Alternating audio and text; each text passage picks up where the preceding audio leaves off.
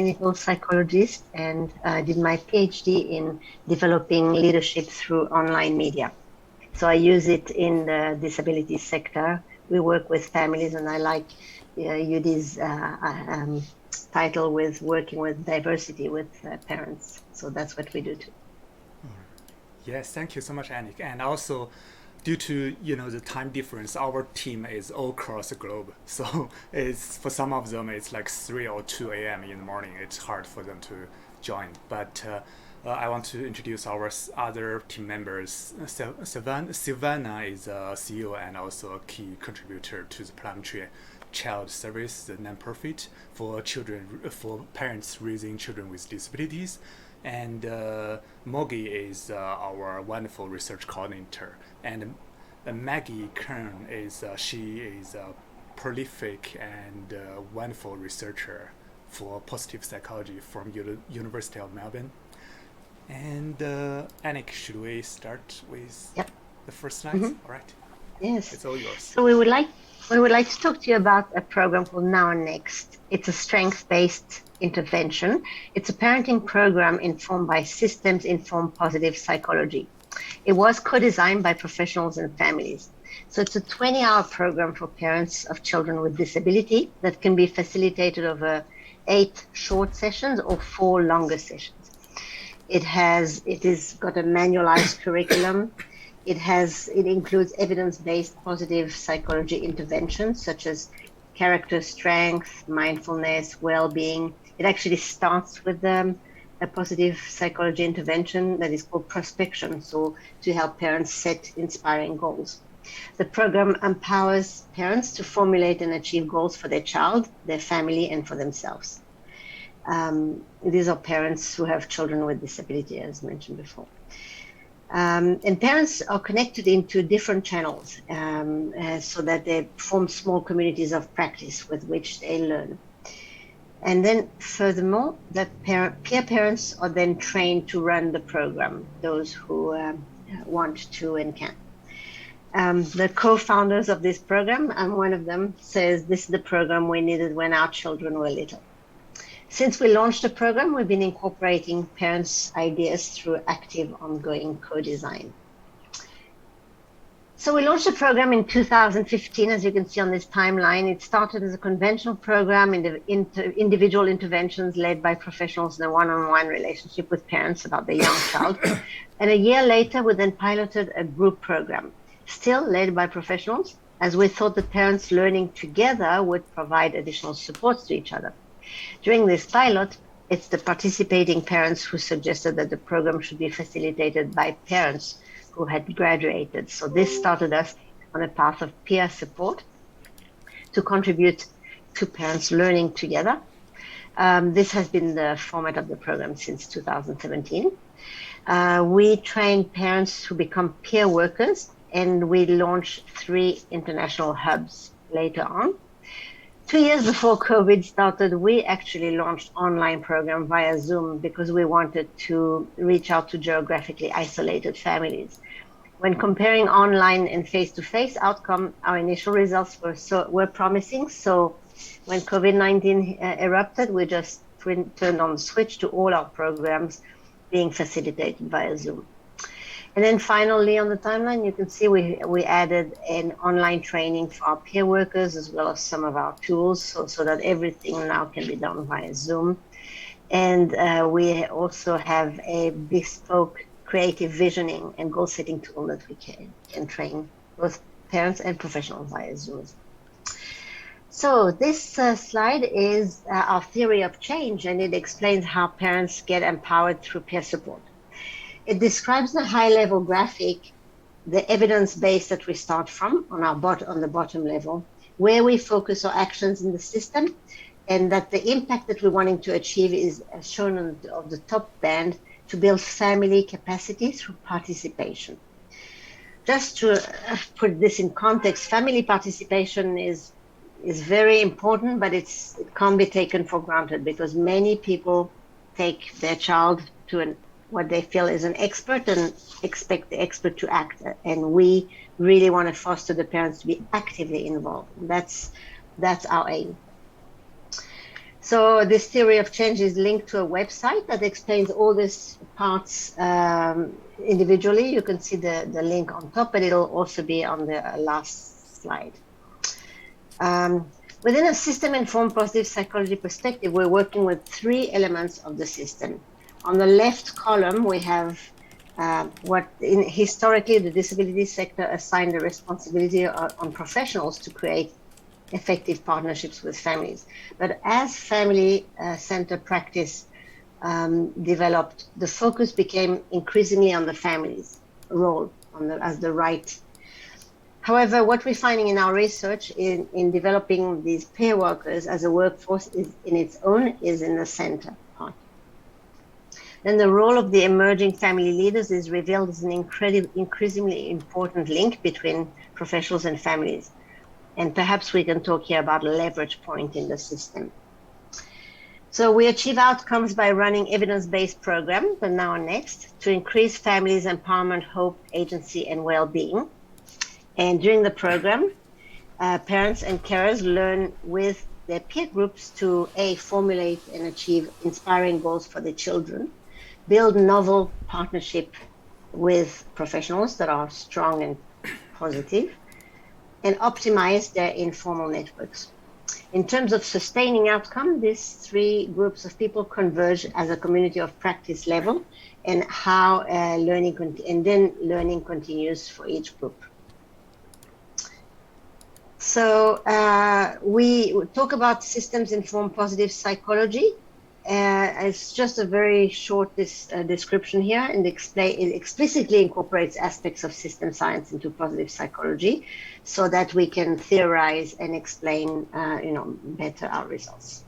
So the next slide is an illustration that summarizes a case study showing how we use the system-informed positive psychology perspective lens to analyze the experience of parents of young children with families. We critically examine typical approaches to disability support for families of young children. The data helped us identify the existence of two dominant paradigms. Disability is a disadvantage, and experts know best. We can see those on the left side of the illustration. Thematic analysis, focus group data, identified two primary themes representing alternative perspectives that arose through the intervention. These are on the right side of the illustration. We will start with our strength, and we've got this. Participants indicated that they developed a great sense of well-being and concepts practicing in their routines and their communication with children. Example of these comments are under the seesaw. This is a very brief outlook. So the case study provided clear examples of how the shift in perspective can occur. It showed that system-informed positive psychology principles within early intervention approach provides a potential pathway for shifting the problematic paradigms that dominate disability care. And we demonstrate how this system shifts through a downward pressure, as illustrated on the right. All right, Annick, do you mind me? Probably I can take over from here. Yes, yeah, definitely. Over to you.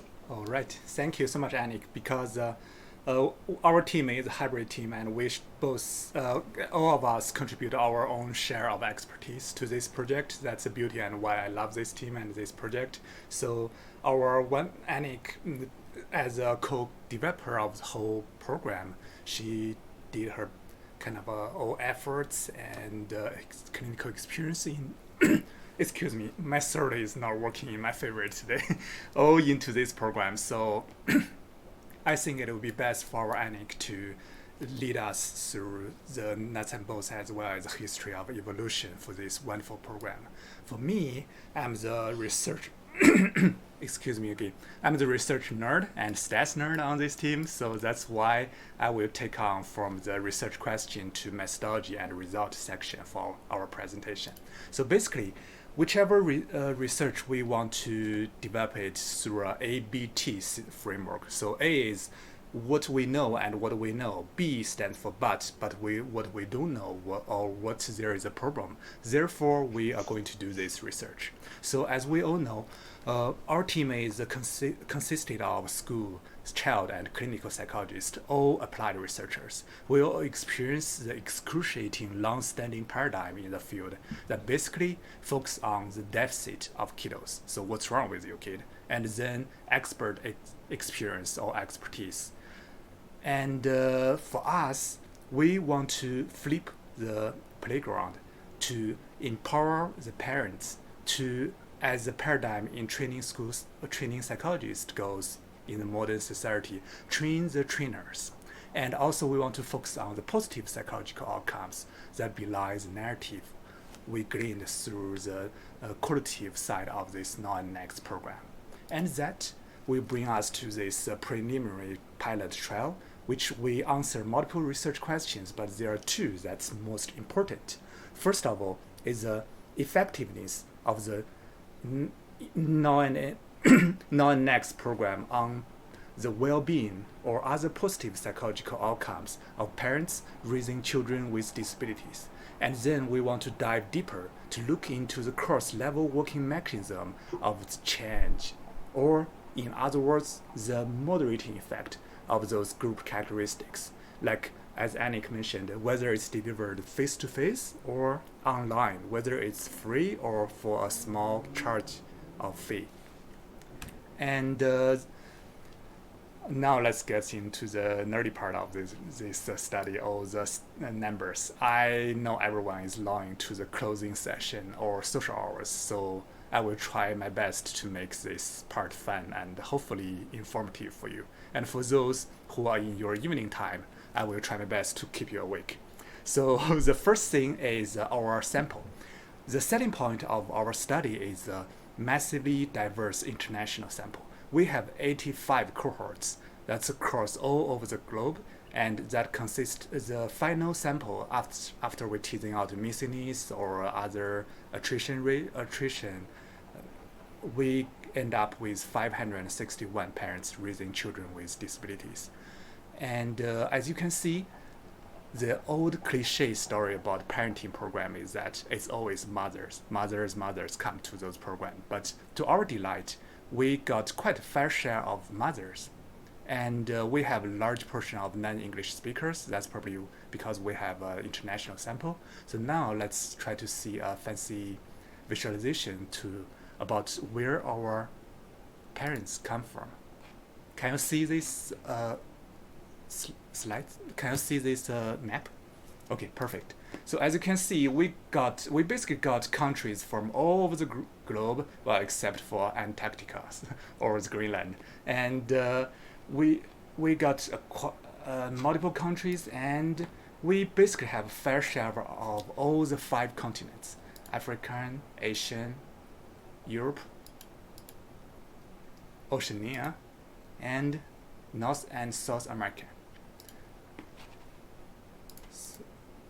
So what do we do to measure the outcome we care about, which is our dependent variable, or DVs? We focus on the parent-reported well-being related outcomes that's assessed at pre- and intermediate and post-program completion. There are 3 major scales we use that contains a lot of sub-scales. One is PERMA, which is multi-dimensional measure of well-being. The other is the DOT hope scale. And the last but not least is psychological empowerment scale, because that's what we care. We want to empower them. And we fit fancy little 3-level multi-level models for each outcome. By each DV, I mean each sub-scale or total or the total score of those 3 scales.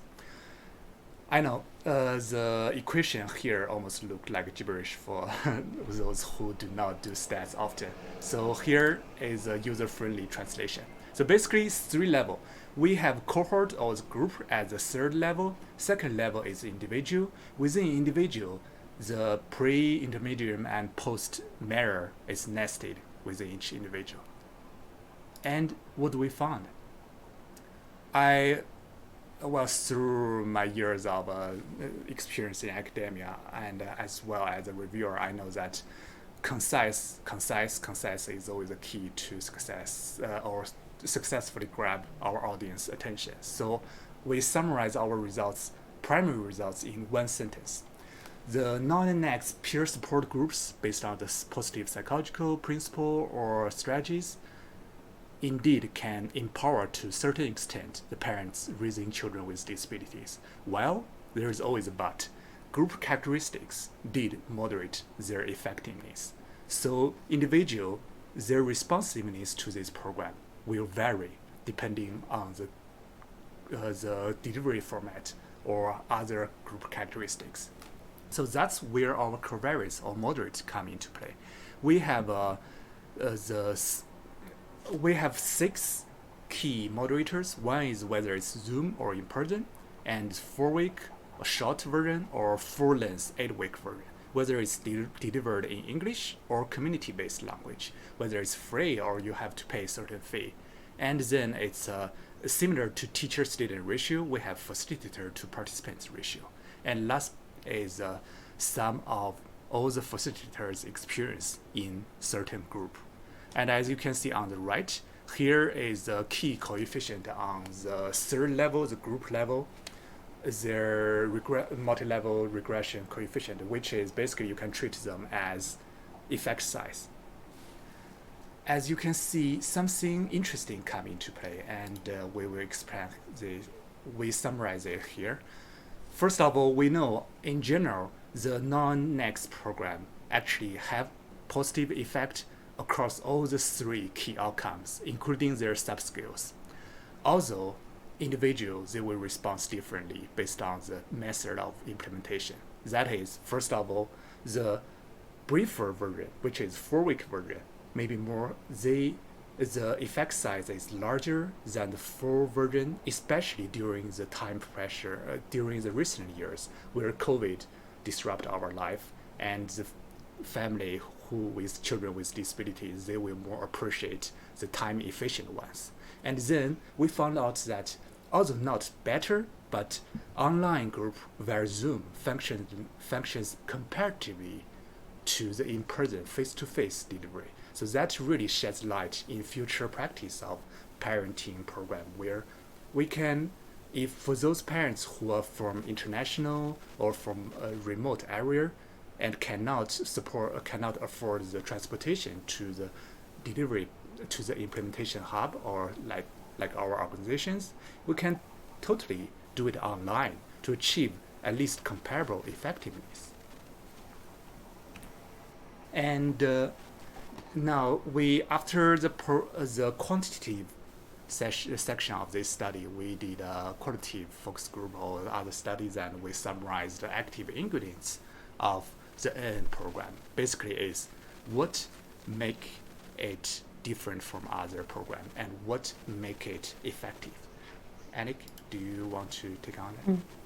Yes, so this was the results of an excellent report done by Dr. Tim Moore and his team from the Murdoch Children's Hospital, and his conclusion was that there's quite a list of potential active ingredients which he suggests that we follow on and work on and see which ones perhaps have different effects. So is it that parent-to-parent contact? Is it the fact that the structure, the sequences of structure is very structured? There's a curriculum, so it's not too much left to hazard. Is it the fact that the parents are facilitators themselves, so people identify more with them than they might with a professional? The positive psychology framework, we think it's important. Focusing on parents' long-term hopes as well as short-term goals. That's what parents mention a lot. Now, also, when we talk about short-term goals, we actually make sure that these are achievable. So we work on them to formulate goals that they could achieve very soon throughout the program, because that sustains them to carry on in the program and to carry on. It's sort of an addiction. They become very wanting to achieve more and more goals if they start well. So we are putting a focus on this. It's also, maybe is it because that it's not just a focus on the child, as is often the case, in families with young children, but very well on the family and the parents as well. So we would have discussions with parents about their own personal goals. Like some people have unspoken goals, go back to work, go back to study, because they often stay at home with a child with disability. We have, as mentioned before, specially designed tools. So Pictability is one. If you are going to check our links, you can see how we use this very, very creative way to set goals. We also encourage people to think about outcomes rather than therapies, because when sometimes we ask parents, what would you like? What are your goals for this year? Oh, I want more therapy for my children, but therapy is actually a means to an end. It can't be a goal in itself. And throughout the program, people understand that, as well as understanding how important their role is. And solving goals through your own actions, real-time data feedback, whereas as you could see from Yanchen analysis, we have truckload of data, because everything, all the data occurs in real time, and it gets put into databases as we progress. So we have a huge amount of data. The feedback from parents, it emphasizes that it was important for them to pay attention to themselves also, that they feel empowered, that they very much connect to the fact that the program is strength-based, as opposed to what Yanchen mentioned before, deficit-based, because very often when you get to a therapy room, the first thing is, well, what's not working with the child? And that's very disempowering. So the strength-based approach is, let's focus on what's working now and make it stronger, make it bigger. So yeah, it's been beneficial, as people say, not just in their comments, but with the data that Yanchen presented.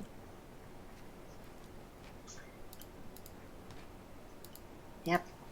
So we've got some more information from you if you want, and handout. Do you want to speak to the 3-item survey, Yanchen, because we're actively looking for team members around the world. So if people are interested in joining the network, go ahead, Yanchen. Yeah, definitely. Thank you so much, Annick. And I know we're short on time, so basically it's and I do not want to turn this into a big advertisement or commercial for us, but we are a group of researchers and non-profits. So if you're interested in co-authoring and collaborating with us, feel free to reach out by filling out this 3-item survey, and we will reach out with free resources, and maybe in future we can collaborate on multinational randomized trial for publishing together, etc. Thank you.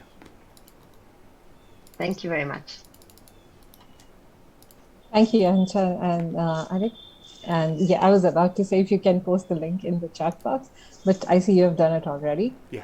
So yes, any questions or compliments? I definitely really like the program, because I think, especially coming from this part of the world, though my PhD is from Netherlands and I'm still continuing there, I see a drastic difference between the two countries. Being an Indian and being a student there, I see how different perspectives on parenting and how positive parenting is changing the whole scenario in both the countries. I think this program, if we can bring something like this into developing nations as well, it would be nothing less than brilliant. So I would love to. So yeah, get in touch with us in places like we're actually talking with a team about this, because in places such like India and other countries where early intervention is not hugely developed, then really parents have to count on themselves. And if we can reach them via Zoom and give them the feeling that they can they can achieve so much, then at least it's more than a lacking system. Because yeah, we've seen very, very different early intervention systems throughout the world. In some countries it works really well, and in others there's very little. So then the parents are left to themselves. Absolutely true. So, And I do believe that there is still, to a great extent, a deficit system being followed, because we are still at a place where we are identifying things as disability first. Yes, this is a disability, but how the clinicians and the parents interact, I think that is still a deficit model as compared to an empowering model. And I think something like this would be really revolutionary. Thank you both of you for this. thank you. Yes. Thank you everyone for your time. Yeah, indeed, Mm. thank you, Jill. And actually, I see the beautiful link between our presentation and Jill and Judy's. Yours, you see, Yes. we prove that camera works, right? Online parenting. Indeed. Yeah, great. True. Wonderful, wonderful. Yes, if anybody has questions for our presenters. If I may, I was wondering, what we found with parenting interventions in the Netherlands, but in different ethnic groups, is that this was specific, if I remember correctly, with the Turkish Dutch families, that they would, even more than Dutch parents, want you to tell them what to do. Like, you're the expert. That was on one of your slides, right? And we saw Yes, that was yes. a real big difference between the native Dutch community versus the Turkish Dutch community, who were way more, I think, expecting an authoritarian, or authoritative at least, stance of an expert. And they got quite frustrated sometimes when we didn't. And they would look at you, sort of start frowning, like, well, what are you asking me questions for? So it didn't always quite gel with their expectations or even needs when we tried to do it the positive psychology way, if you will. I wonder if that's something that you found in different groups. Yeah. Yeah, so I'm really glad that you asked this question, because that was actually one of the reasons why we switched to having peer facilitators, parents themselves, the parents who were trained in one group. Firstly, some of them were like so excited. You know, I don't want to say in a presentation, but I will say it like this. People say, you changed my life. And people tell us all the time. I know it's really hard to put this in statistics, but they say that, and that released an incredible amount of positive energy. And many of them come forward, as in the theory of change that Yanchen, the middle group, and say, please, I want to do this for other parents. Teach me. So when we train them, and in standing in front of the group of parents are parents like themselves, like did the group they did the first course last year, 6 months ago, or a year, and then that is actually the very big difference between, if you remember, I said that we started off, I'm a clinical psychologist and a mother. And so I thought, okay, we're going to do a program with, the therapist with a family. But the barrier, and of course, therapists have the knowledge that they develop, but the barrier there is that, there are some barriers that you can't cross, whereas a parent can tell another parent, you can do it, you can do this, and you will, and it's so important. And the same parents that you're talking about, would be sitting in a group, and they would see everyone else. It's what we call, we talk about peer support. They would see everyone else say, oh, I can do this, I can do that. And so that we never have in the group people say, oh, well, I'm just going to leave it to the experts. That just doesn't happen, because everywhere else say, at least they do a little thing. And that's the other thing I was talking about before. That's why we really insist that the very first goals are really achievable. And we even tell them, we want to cheat. We want you to succeed in your goals. So once they succeed in the first few goals, it gives them a huge amount of confidence that they can do it too. So I hope I answered this question, but there's a difference between, I've been on both sides. I've been as a mom and as a therapist, as a clinical psychologist, and I can say that there is the barrier that we cross with the parents themselves. Indeed. Thank you so much, Annie. Thank you for asking this question. I love it. And thank you, Judy. If I may chime in just as a stats nerd here, and we want to talk with data. As you can see, that's why we put in the two moderator. One is the language, the other is the accumulated or some of the facilitators' experience or their expertise. As you can see, for all three key outcomes, experience of facilitator is minimal. It's basically the minimal size of effect and certainly not significant. So basically it means that this program, as we run across all the ethnic groups across the globe, the experience does not have a direct or effect on the total effectiveness of this program. However, that's not to precluding the potential. If we do a subgroup or subpopulation analysis, there might be certain value. And for me, I'm from China, so the Confucius culture, that is indeed tell us what we should do. And if you leave us alone, astray, we feel like, oh, what do we do? And so, but the other thing I picked up as one person who from the similar cultural background is that it's how we define empowerment. Our empowerment is not like laissez-faire and good luck, do it. It's we train the trainers and we provide consistent support, technical and fidelity support for those facilitators, even if they got trained and they go to the field. So that multiple quality assurance mechanism will help.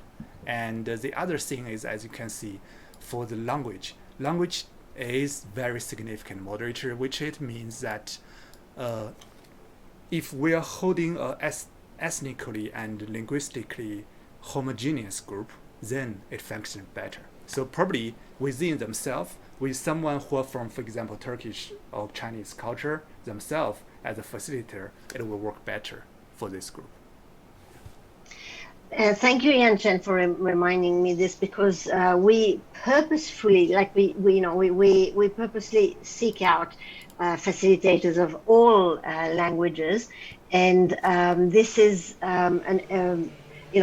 people tell us, oh wow, if my facilitator, I was in a group and I felt, oh, if my facilitator did it as a parent, so can I. So it was a very big, even, and there's other places where, people go through cultural awareness training, and bringing someone from a completely different culture. Whereas here, if you have, the facilitators go deep in their community and they can reach and they talk the same, not just the same language, but they understand so much in depth. It makes so much sense. So as Yanchen pointed out, the experience of the facilitator is playing a small role. And actually, this is the one time where we're so happy that there was no significance. Just bringing it back to the conference that this is, psychological science, because it's not only about significant differences and coefficients. It's also about, what each variable represents. Yeah, thank you so much. Thank you, everyone. Talk the talk, walk the walk. Yeah, that's why. Thank you very much.